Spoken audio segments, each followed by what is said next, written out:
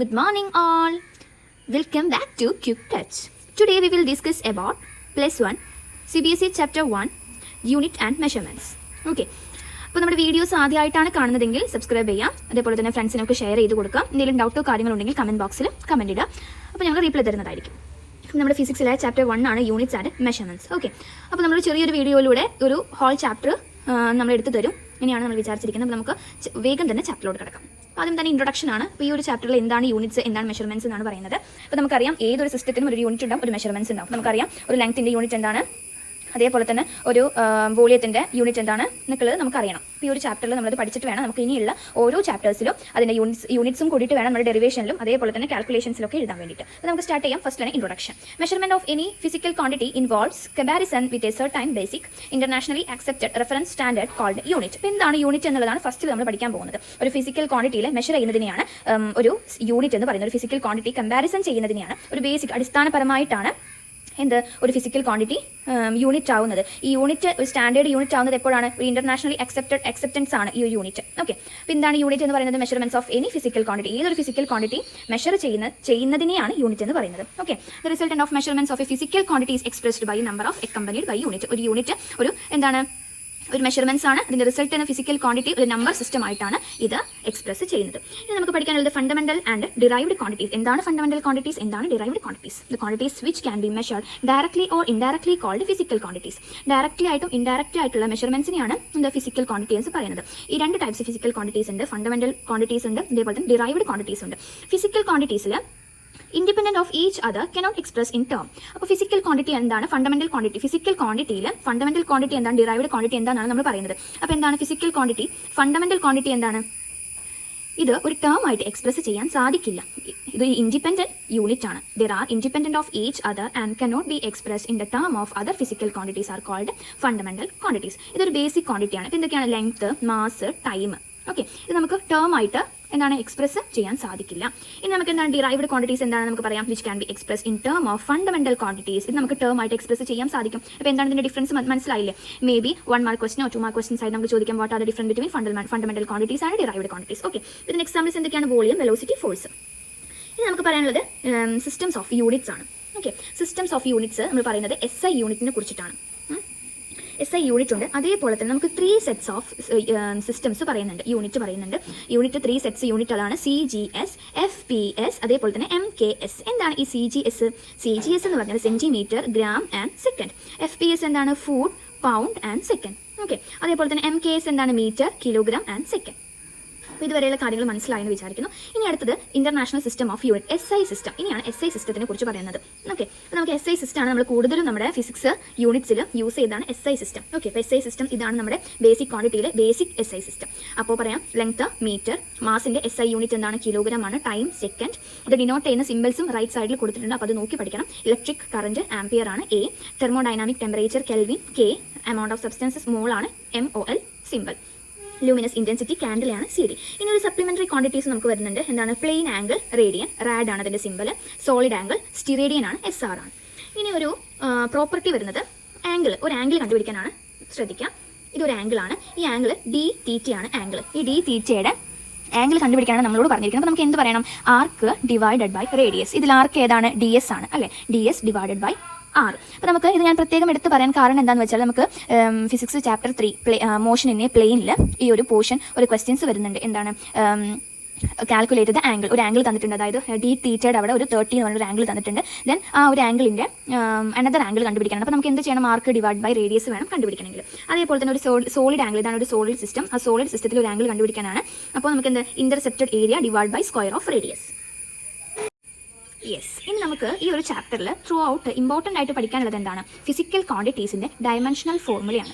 അപ്പോൾ ഈ ഒരു ചാപ്റ്ററിൽ ഓറിയൻറ്റഡ് ആയിട്ടുള്ള ക്വസ്റ്റ്യൻസ് എന്താണ് ചോദിക്കുക? ഈ ഡയമെൻഷൻസ് തന്നെയാണ്. അപ്പോൾ ഇതിന് നമ്മൾ എന്ത് വേണം? ഓരോ യൂണിറ്റ്സിൻ്റെയും ഡയമെൻഷൻസ് നമ്മൾ കാണാതെ തന്നെ പഠിച്ചിട്ട് പോകണം. അപ്പോൾ നമുക്ക് എന്താണ്? ഏരിയ ലെങ്ത് ഇൻറ്റു ബ്രെഡ്ത്ത് ആണ്. അപ്പോൾ അതിൻ്റെ റിലേഷൻഷിപ്പ് ആയിട്ടുള്ള കാര്യങ്ങൾ നമ്മൾ അറിഞ്ഞിരിക്കണം. ആദ്യം വോളിയം എന്താണ്? Length into breadth into height ആണ്.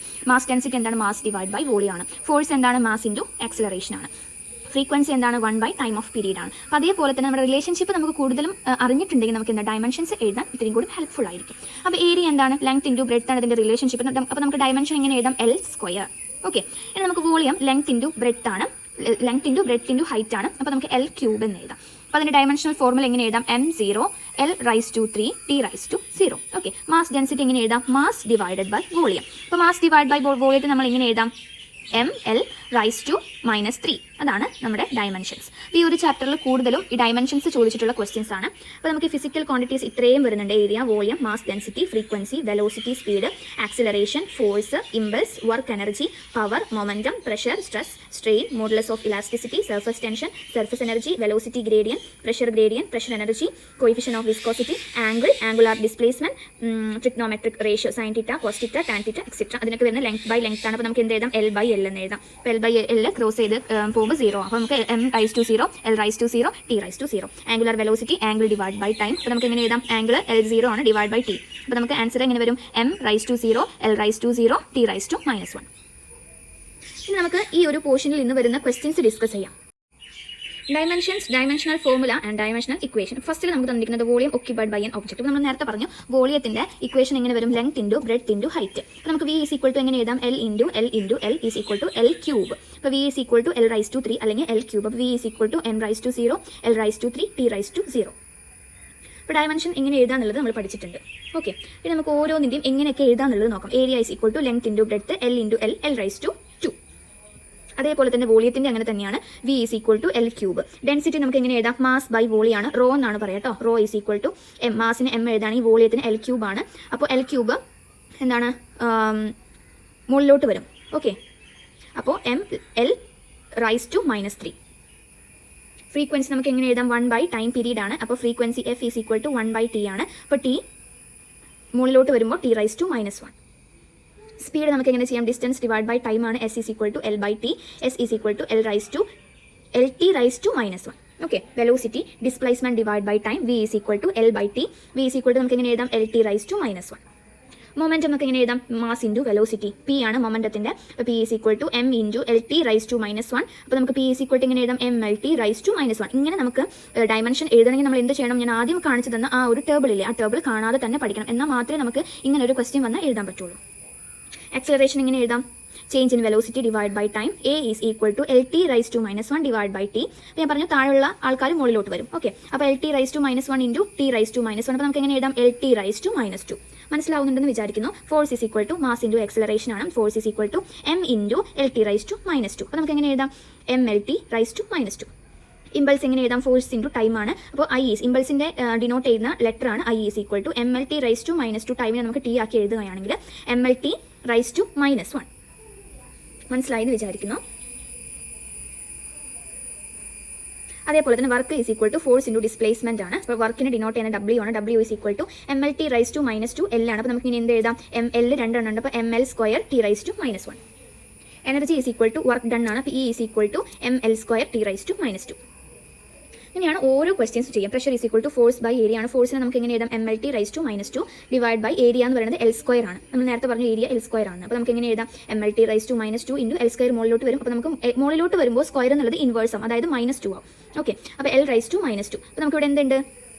mL-1. ഈ -1 -2 ഉള്ളത് കൊണ്ടാണ് mL-1 ഇൻറ്റു T⁻2. മനസ്സിലായെന്ന് വിചാരിക്കുന്നു. ഇതേപോലെ തന്നെയാണ് ഓരോ പോർഷൻസും. Power is equal to work divide by time mL² T⁻2 divide by t. അപ്പോൾ നമുക്ക് എങ്ങനെ എഴുതാം? mL² T⁻2 into T⁻3. അപ്പോൾ നമുക്ക് എങ്ങനെ എഴുതാം? mL⁻2 T⁻3. ഇനി നമുക്ക് പഠിക്കാനുള്ളത് ഇമ്പോർട്ടൻ്റ് ആയ അടുത്ത ക്വസ്റ്റൻ ആണ്. എന്താണ്? Find the dimensional formula of gravitational constant using equation F is equal to gm1 m2 divide by r². അപ്പോൾ നമുക്ക് തന്നിട്ടുണ്ട് എന്താണ് ഈ ഒരു ഇക്വേഷനിൽ നിന്ന് എന്ത് ഗ്രാവിറ്റേഷണൽ ഫോഴ്സ് കണ്ടുപിടിക്കണം. ഗ്രാവിറ്റേഷണൽ ഫോഴ്സിന്റെ ഡയമെൻഷൻ കണ്ടുപിടിക്കണം. അപ്പോൾ നമുക്ക് F is equal to g ആണ് ഗ്രാവിറ്റേഷണൽ ഫോഴ്സ്. അപ്പോൾ നമുക്ക് g എന്നുള്ളത് എടുത്തെഴുതാം. അപ്പോൾ നമുക്ക് തന്നിരിക്കുന്ന ഇക്വേഷൻ ഇങ്ങനെയാണ്. ഇതിൽ നിന്ന് എന്ത് കണ്ടുപിടിക്കണം? ഗ്രാവിറ്റേഷണൽ ഫോഴ്സ് കണ്ടുപിടിക്കണം. അപ്പോൾ നമുക്ക് എങ്ങനെ എഴുതാം? Gravitational force g is equal to F. Dimension എഴുതാൻ ഇങ്ങനെയാണ് വരയ്ക്കുക. F r² divided by m2 m1. ഇനി m1 എഴുതാലും m2 എഴുതിയാലും കുഴപ്പമില്ല. നമുക്കിനി ഓരോരുത്തരുടെയും ഡയമെൻഷൻസ് എഴുതണം. എഫിൻ്റെ എഴുതണം. ആദ്യം എഫ് എങ്ങനെയാണ്? mL⁻2 ഇനി r എഴുതണം. r L² ആണ് ഡിവൈഡ് ബൈ m² എങ്ങനെ എഴുതാം? m ആണ്, ദെൻ m. ഓക്കെ, ഇനി നമുക്കിത് എല്ലാം കൂടി അതായത് ഡിനോമിനേറ്റർ മുകളിലോട്ട് വരണം. അപ്പോൾ നമുക്ക് എങ്ങനെ എഴുതാം? M LT raise to -2 L square എല്ലാവരെയും സെറ്റിലാക്കി എഴുതണം. അത് കഴിഞ്ഞിട്ട് M raise to -1 M raise to -1. ഈ -1 എങ്ങനെ വന്നതെന്ന് ഞാൻ പറഞ്ഞിട്ടുണ്ടായിരുന്നു. മുകളിലോട്ട് വരുമ്പോൾ -1 ആയിരിക്കും. Then G is equal to M raise to 1 രണ്ടെണ്ണം ഉണ്ട്. അപ്പോൾ ഞാനത് എടുത്തെഴുതി. അതായത് M റൈസ് ടു -1 L 1 രണ്ടെണ്ണം ഉണ്ട്. L raise to 3 then T raise to -2.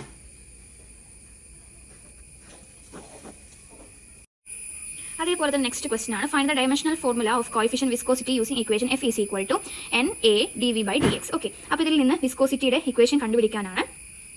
അപ്പോൾ N is equal to F/A dV/dx. അപ്പോൾ ഇതിൽ നമുക്ക് എങ്ങനെ എഴുതാം? N is equal to F dx divide by A dV. അതായത് dxനെ മുകളിലോട്ട് കൊണ്ടുവന്നു. ഇനിയാണ് N is equal to F dxന്റെ ഡയമെൻഷൻ എഴുതണം. അതേപോലെ തന്നെ A dVയുടെ ഡയമെൻഷൻ എഴുതണം. അങ്ങനെ എഴുതിയിട്ടുള്ള ഇക്വേഷനാണ് N is equal to ML raise to -1 T raise to -1. ഇനി നമുക്ക് ഈ ചാപ്റ്ററിൽ പഠിക്കാനുള്ള നെക്സ്റ്റ് ഒരു ക്വസ്റ്റൻ ആണ് check the dimension consistency or homogeneity of the equation. അതായത് നമുക്ക് ഒരു ഇക്വേഷൻ തരും. ആ ഇക്വേഷൻ കൺസിസ്റ്റൻസി ആണോ, അതായത് കറക്റ്റ് ആണോ, അത് ഹോമോജിനിറ്റി ആണോ എന്നാണ് ക്വസ്റ്റ്യൻ. അതായത് S is equal to UT plus ½ AT square. അതായത് ഡിസ്പ്ലേസ്മെന്റിന്റെ ഇക്വേഷൻ ആണിത്.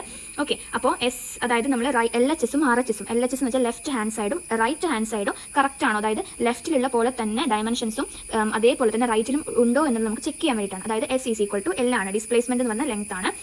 അപ്പോൾ നമുക്ക് LHS എന്ത് കിട്ടി? L എന്ന് കിട്ടി. ഓക്കെ, ഇനി UT പ്ലസ് ½ AT എന്നുള്ളത് UTനെ നമ്മൾ എടുക്കുകയാണ്. U എന്താണ്? T എന്താണ്? T ടൈം ആണ്. അപ്പോൾ LT raise to -1 into T. അപ്പോൾ നമുക്കത് എന്ത് എഴുതാം? T റൈസ് ടു -1ഉം Tയും കൂടി ക്യാൻസൽ ചെയ്ത് പോകും. അപ്പോൾ നമുക്ക് L എന്ന് എഴുതാം. ഓക്കെ, ഇനി ½ ATനെ നമുക്ക് എന്ത് എഴുതാം? LT raise to -2 into T. അപ്പോൾ അതിന് നമുക്ക് എന്ത് എഴുതാം? LT raise to -1. അപ്പോൾ നമുക്ക് ഈ ഒരു ഇക്വേഷൻ ശരിയാണോ? അതായത് LHSൽ L-ഉം RHSൽ L-ഉം അതായത് L square T raise to -1 ഉണ്ട്. അപ്പോൾ നമുക്ക് ഈ since the dimension all terms equation are not same ആണ് അല്ലേ? LHS L-ഉം RHS L ഉണ്ട് T റൈസ് ടു -1. അപ്പോൾ ഇതൊരു ഇക്വേഷൻ തെറ്റാണ്. നമ്മൾ ഇക്വേഷൻ എങ്ങനെയാണ് നമ്മൾ പഠിച്ചിട്ടുള്ളത്? S is equal to UT plus ½ AT square എന്നാണ് നമ്മൾ പഠിച്ചിട്ടുള്ളത്. അതുകൊണ്ടാണ് ഈ ഒരു ഇക്വേഷൻ തെറ്റായത്. ഓക്കെ, ഇനി നമുക്ക് ഈ ഒരു ഇക്വേഷൻ AT സ്ക്വയർ വെച്ചിട്ട് ശരിയാണോ എന്ന് ചെക്ക് ചെയ്ത് നോക്കാം. Check the dimension consistency or homogeneity of the equation. അപ്പോൾ നമുക്ക് പറയാം S is equal to L ആണ്, UT എന്നുള്ളത് L ആണ്, ½ AT സ്ക്വയർ എന്നുള്ളത് L ആണ്. അപ്പോൾ നമ്മൾ നേരത്തെ പറഞ്ഞു ലെഫ്റ്റിലും റൈറ്റിലും കൂടിയിട്ടുള്ള ഡയമെൻഷൻ സെയിം ആണെങ്കിൽ ഈ ഒരു ഇക്വേഷൻ സെയിം ആണെന്ന് നമ്മൾ പറഞ്ഞു ഇല്ലേ? അപ്പോൾ നമുക്ക് എങ്ങനെ എഴുതാം? LHSലും L ആണ്, RHSലും L ആണ്. അപ്പോൾ since each term on the both side of equation has same dimension, this equation is dimensionally correct. Next equation correct ആണോ നോക്കാം. Check the dimensional consistency. S is equal to UT plus 2/3 AT square. Okay, അപ്പോൾ S നമ്മൾ L ആണ് കണ്ടുപിടിച്ചിട്ടുണ്ട്, UT L ആണ്, then 2/3 AT square നമ്മൾ L ആണെന്ന് കണ്ടുപിടിച്ചു. ഓക്കെ, അപ്പോൾ നമുക്ക് എന്ത് എഴുതാം? ഈ ഒരു ഇക്വേഷനും കറക്റ്റ് ആണ്.